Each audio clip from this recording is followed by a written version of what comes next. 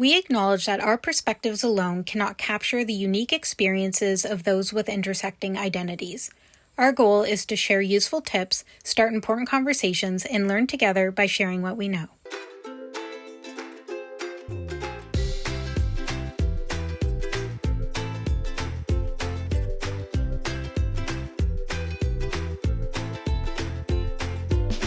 Hey everyone, welcome back to our channel. I'm Kaylee, an ADHD neurodiversity educator and advocate. For the past several years, I've been lucky to work in employment services, higher education, and peer support, assisting fellow neurodivergent individuals working towards their goals. Hey everyone, I'm Eliana. I'm an ADHDer who's super passionate about community building, and I'm also one of the co-founders of ND Connect. We're the global peer mentorship platform for neurodivergent professionals.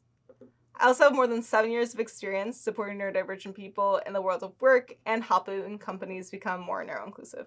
Today, we're tackling something that's really important to me: disclosing your accommodation needs at work and how to advocate for yourself. Together, we're going to cover the pros and cons of disclosing your diagnosis, how to assess if your workplace is inclusive, and how to advocate for yourself. Being able to show up authentically helps us avoid pushing ourselves past our limits into burnout, enables us to do our best work, and allows us to form genuine connections with people based off who we really are. At the same time, we're painfully aware of the potential consequences that can come with disclosure.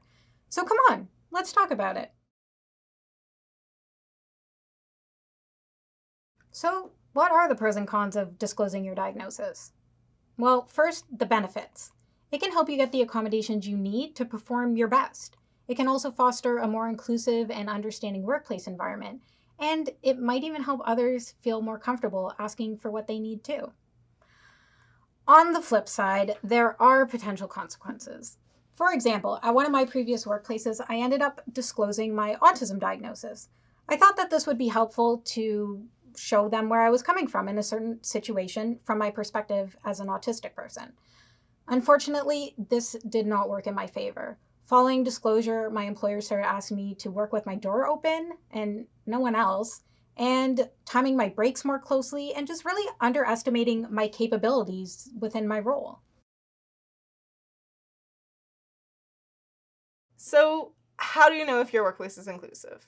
It's not always clear or straightforward, and there's definitely been more than a couple of times in my life that I know that I've been absolutely taken by surprise. But you can start by looking at the organization's disability policies. Check if there are formal policies in place, training modules, anything like that that supports employees with disabilities beyond just the legal obligation. That can be a really good step. Is it just cut and dry, or does it seem like they put some thought and intention into the types of policies that they're developing, not just with disability, but also with other policies like parental leave, working from home, flexible hours, things like that can really give you a sense of whether or not the organization is really people first. Also, I know it's not easy for everyone to do, but try to observe or understand the workplace culture. How are people with disabilities treated, both formally and informally? Some really good places to start for this are looking at the ERGs. Are there employee resource groups for different groups of people like people with disabilities? Are there any openly disabled leadership? If there are, that can be a more likely sign that the workplace is going to be supportive of your needs as somebody with a disability as well. But even then, it's not always the case. So talking to other disabled people who have already been there can really give you a good insight for how to approach it. Really reaching out, trying to find a mentor in your organization or a colleague or a trusted friend who also has some access needs can really give you some helpful perspectives.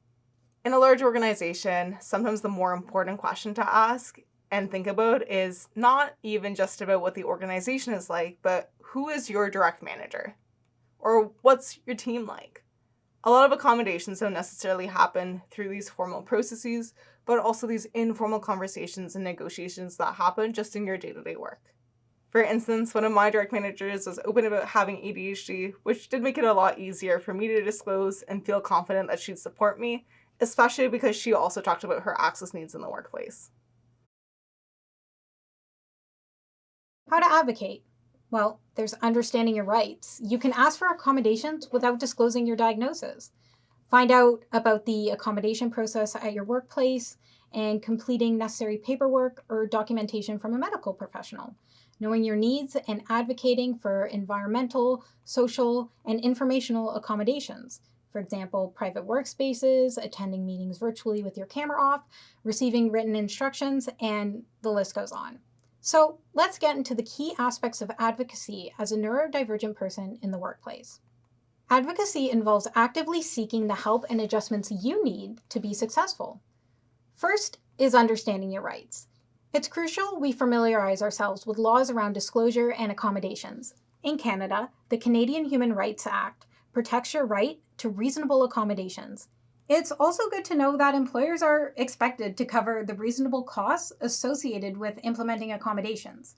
If an accommodation involves expenses, the employer is generally responsible for these costs, not the employee.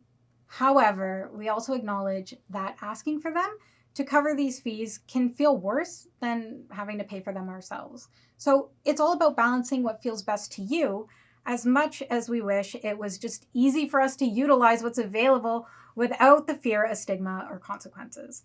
Hopefully, we'll get there one day soon. Try finding out the accommodations process at your workplace. This might involve completing paperwork or providing documentation from a medical professional, which, as we mentioned, does not need to include your specific diagnoses or medical history to be accommodated. Knowing your needs. The Job Accommodation Network, or JAN, has a comprehensive resource I reference for information on accommodations. Examples include advocating for specific accommodations like a private workspace, attending virtual meetings with your camera off, or receiving instructions in writing. And individuals can also ask within ND Connect channels and the ND Connect community what has helped others with similar barriers in the workplace. Lived experience is truly the best expertise. Next up, sharing success enablers.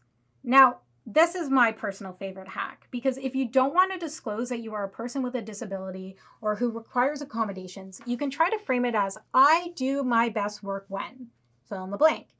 For example, I do my best work when my workspace is calm and quiet, or I do my best work when I know what to expect ahead of time.